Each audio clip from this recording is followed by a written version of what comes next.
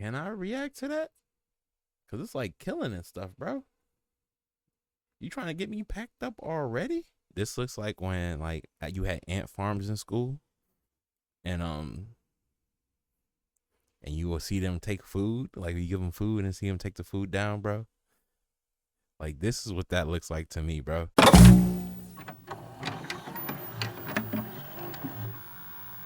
You'll watch Chapman's heroic actions as he saves the lives of his entire SEAL team and then another 18 members of a quick reaction force, earning America's highest award, the Medal of Honor. Wait. Can I react to that? Cause it's like killing and stuff, bro. You trying to get me packed up already? Yeah, bro. I can't do that. Uh, hey, bro. You feel me? Trying to get me out of here early? That's crazy. All right, well, I'm going to see. Chapman and the SEALs exfil their MH-47 helicopter. John is the second individual to exit and immediately moves in the direction of the summit. He can be seen moving off to the right of the screen, alone. The team is taking heavy fire from every direction, as indicated by the arrows, as Chapman begins engaging targets. You can see spent cartridges ejecting from his M4. Chapman then begins closing with the enemy, forcing his way upslope in knee and thigh-deep snow. He is constantly under fire as he does this. Chapman's team leader begins to close on Chapman, this is like in following his trail 210p, through bro. the snow. So if there's something bad in here, I can't even The see it. dark It's in mass above 210p. Chapman is a fortified bunker containing 2 enemy fighters, each armed with AK-47s, who are firing down on the team in the darkness. This bunker will come to be known as Bunker Number 1.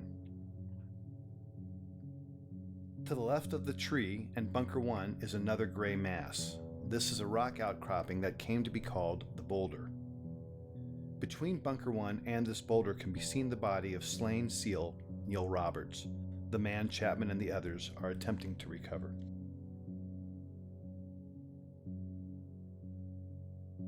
Chapman, still alone and closest to the enemy, pauses to engage targets as his team leader follows him, but never actually catches up with him.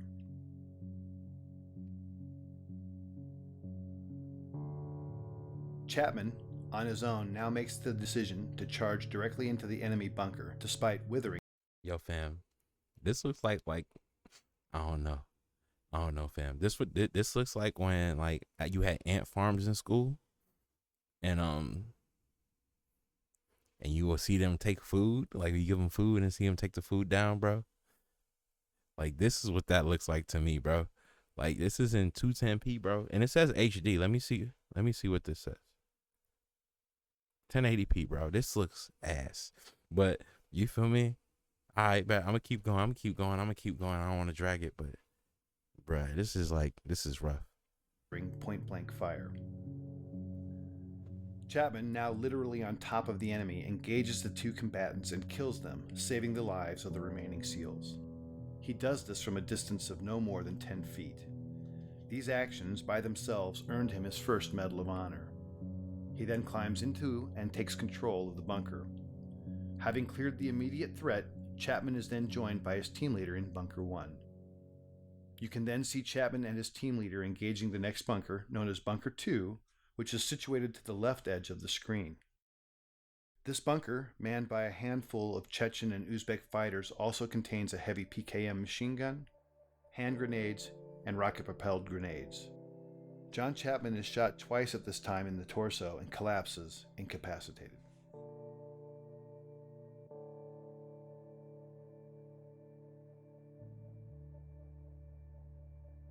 You are now looking at a new angle, and at the left of the screen can be seen the 2-man fire team and team leader on top of the boulder. Just below it is Bunker 1 with the mortally wounded Chapman. One SEAL can be seen firing his modified M60 machine gun from the hip into Bunker 2 on the right side of the screen until he is struck by grenade shrapnel and tumbles 10 feet off the top of the boulder, collapsing at the feet of his team leader, thus setting off a chain of events that would lead to the SEALs abandoning Chapman on the summit. The wounded SEAL and the team leader can be seen conferring about his injuries. Moments later, the SEALs decide to retreat from the summit because their position is untenable in the face of continued massive enemy firepower. They can be seen moving toward the right side of the screen and passing the body of Neil Roberts. Unfortunately, the SEALs do not pass John Chapman, who is above them and inside Bunker 1.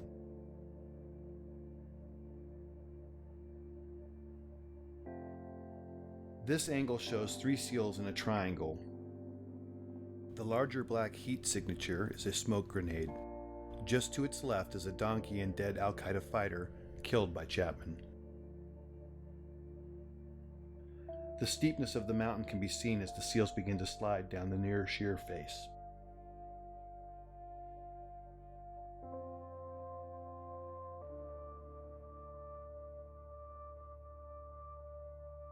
Yo, that's crazy. The team leader, desperate for relief and now with 2 wounded teammates, asks for uncontrolled airstrikes from an orbiting Air Force AC-130 gunship. The impacts you see are from 105mm howitzer rounds being fired onto the ridgetop in order to save the remaining SEALs. Because neither the SEALs nor gunship know Chapman is alive, he is experiencing these detonations from his position. Dang. At approximately 5:20 in the morning, Chapman recovers and begins to engage the enemy. Bunker 1 is on the right side center of the screen and Bunker 2 to the left near the screen center. It will never be known what caused his incapacitation and recovery. Of the 2 rounds that originally wounded him, at least 1 was mortal, and at this time he is experiencing severe blood loss and shock. Despite that, he begins his one-man stand against 24 enemy combatants. During this time, Chapman initiates a series of radio calls, many of which are heard by a fellow combat controller and teammate of his and Delta Force operators on a nearby summit.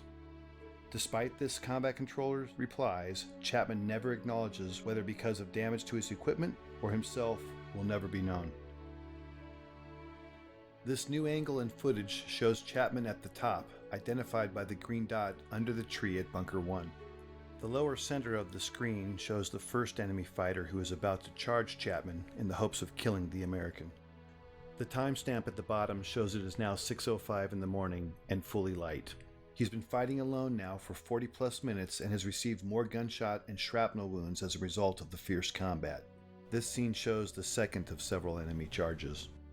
In this stunning display of determination and courage, Chapman can be seen fighting hand to hand with the fighter. In the larger screen display can be seen additional enemy moving on to the summit. But right now, John Chapman is fighting for his life. 6 minutes later, in this new shot, Chapman can hear another helicopter approaching the summit. He is in the bottom center of the screen underneath the tree and can be seen in the magnified inset box as he begins his desperate final stand to save the lives of the 18 men on the helicopter. The red dots are enemy fighters. John begins engaging the enemy in multiple directions and is rapidly approaching the last of his ammunition. The helicopter contains a quick reaction force comprised of Rangers, pararescuemen, and another combat controller. It is now 6:13 and the helicopter is short final. The enemy is desperately trying to displace Chapman so they can put heavy weapons or rocket-propelled grenades in Bunker 1 while simultaneously engaging the helicopter. With the choice to save his life or the lives of his unknown comrades, Chapman makes the decision. Yo, like, I know this is sad, but why are they playing this music? Like, bro, they really trying to make people cry in this genre, bro. You feel me? That's crazy. That's crazy. Like, for instance, or the way I look at, like, this type of stuff, like, you feel me? More power to him, bro. You feel me? More power to him. Like, I don't know if I could do it, right? So I got a homie whose dad was, I don't know where he was in, but, like, that's the most gangsterous man I know. You feel me? And to fight for America is something that, you feel me? It's something that I don't know if I would do, bro. That stuff tough. You feel me? And then have somebody scream in my face, tell me when I gotta go eat, have me running and bruh, hit me out of my bed, bruh. You feel me? That's tough. But, like, this stuff is crazy. This stuff is crazy. You, like, imagine, like, all your homies banging on you, bro. All your homies banging on you. and you over there fighting for your life. But you in a desert, and your homies was with you for like all that time. That's crazy.